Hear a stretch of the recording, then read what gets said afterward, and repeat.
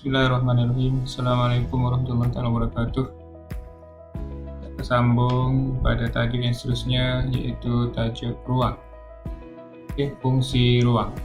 Di mana kita dah belajar sebelum ni berkenaan dengan jenis ruang, ada ruang dalam, ada ruang cetek, ada ruang rata. Jadi untuk hari ini kita sambung iaitu fungsi ruang. Untuk fungsi ruang ini, kita baca sikit. Ruang mempunyai pelbagai fungsi dalam karya seni visual.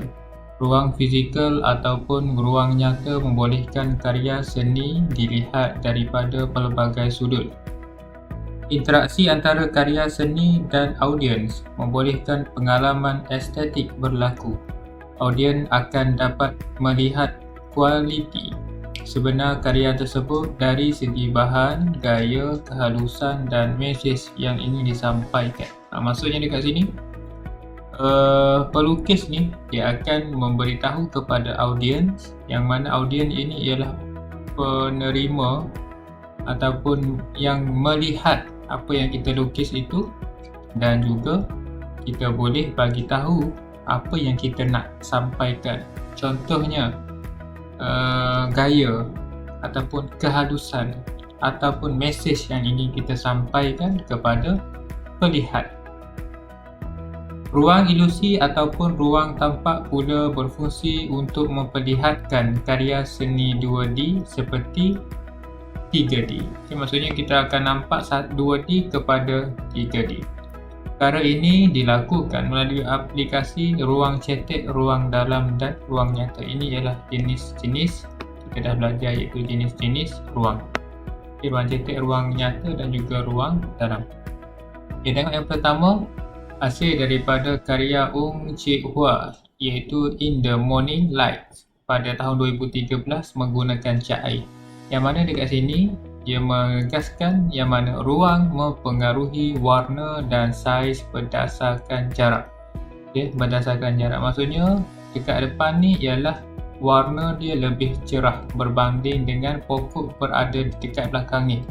Menunjukkan bahawasanya ruang dekat sini ataupun pokok dekat sini nampak lebih dekat berbanding dengan ruang yang berada dekat jauh. Yang kedua, karya seni Mokhtar Ishak, iaitu tajuknya Kampung di Tumpat pada tahun 2001 menggunakan cat air. Ruang dapat menampakkan jarak antara satu objek dengan objek yang lain. Ruang menampakkan. Sini ada satu objek iaitu pokok dengan satu objek dekat sini. Maksudnya sini nampak lebih jauh dan juga kabur. Kalau kita nampak yang realiti sekali pun, bila kita tengok depan mata kita, kita akan nampak pokok yang dekat-dekat, yang paling dekat dengan kita ataupun objek yang paling dekat dengan kita, kita akan nampak lebih clear, lebih jelas berbanding dengan benda sesuatu yang berada pada jauh dengan mata kita. Ini samalah yang sama yang diceritakan ataupun yang diberi oleh Mokhtar Ishak. Yang ketiga ialah Raja Shahriman, Raja Azzuddin, harimau berantai pada tahun 2006, iaitu besi koleksi LPSVN. Yang mana ruang nyata membolehkan karya seni dilihat dalam pelbagai sudut. Ruang nyata. Ruang nyata maksudnya kita dapat lihat dalam pelbagai sudut. Ni ruang nyata dipanggil. Inilah sebagai ruang nyata. Maksudnya ada atas satu kertas yang mana kita akan nampak dari segi maksudnya pelbagai sudut, atas boleh, bawah boleh, tepi boleh. Itu fungsi ruang. Berkaitan ruang dan juga perspektif. Ruang berkait rapat dengan perspektif. Perspektif ialah kesan ilusi objek dalam kedudukan arah mata dengan kaki langit. Perspektif dapat membahagikan 3 ruang dalam penghasilan karya, iaitu ruang tengah, ruang depan dan juga ruang belakang. Perubahan saiz, warna dan jarak berlaku apabila dilihat dari jauh. Semua garisan perspektif akan bertemu pada satu titik pusat, iaitu dipanggil sebagai titik lenyap. Rajah berikut menunjukkan contoh perspektif satu titik lenyap dengan 2 titik lenyap. Yang ini ialah gambar yang mana kita menunjukkan satu saja titik lenyap, iaitu berada dekat sini. Itu ialah satu titik lenyap, maksudnya kita akan dapat di ruangan atas, ini atas, ruangan tepi kiri, ruangan tepi kanan dan juga ruangan lantai. Maksudnya ini kita fokuskan kepada satu titik lenyap, maksudnya semua benda yang berada di sekelilingnya kita boleh nampak. Ini satu titik lenyap.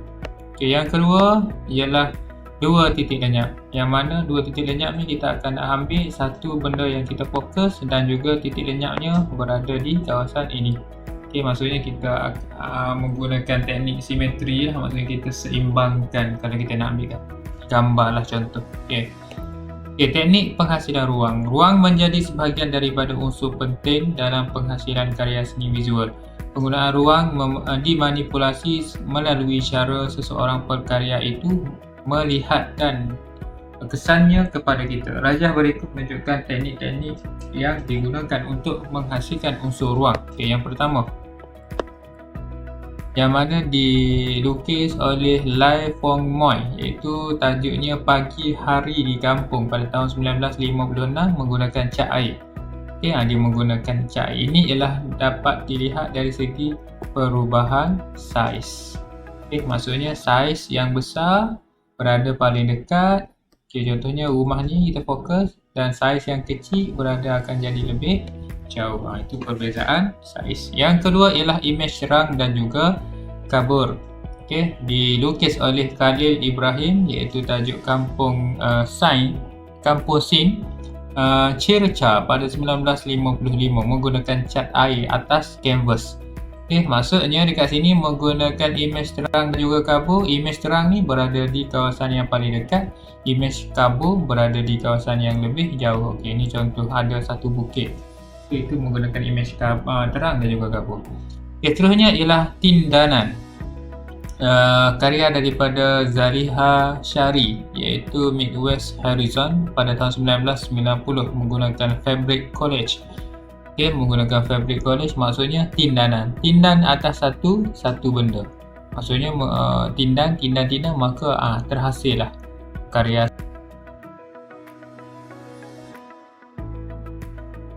Seterusnya ialah hasil teknik daripada Ismail Mat Hussein, iaitu musician pada tahun 1976, iaitu batik, iaitu menggunakan teknik penghasilan ruang bayang-bayang. Okay, menghasilkan ruang bayang-bayang. Maksudnya ruang itu nampak dilihat melalui adanya bayang-bayang yang ada dekat sini. Seterusnya ialah teknik garis perspektif tadi. Okay, yang mana menggunakan satu titik lenyap. Okay. Seterusnya ialah reka letak grafik. Maksudnya dia menggunakan simetri kat sini, maksudnya bagi seimbang. Dan akhir sekali ialah daripada Cheng Hak Ten, The Good Old Day pada tahun 1995 yang menggunakan cat minyak atas kanvas, iaitu dari segi perbezaan warna. Di sini kita nampak ada warna jenis hijau yang jenis muda sikit. Sini nampak hijau yang tua sikit. Maksudnya hijau yang tua ini adalah lebih dekat berbanding dengan hijau yang muda ini. Okay, maksudnya hijau yang muda ini adalah lebih jauh. Jadi itu saja untuk penjelasan berkenaan dengan teknik penghasilan ruang yang terdapat 7. Okay, 7 teknik. Terima kasih.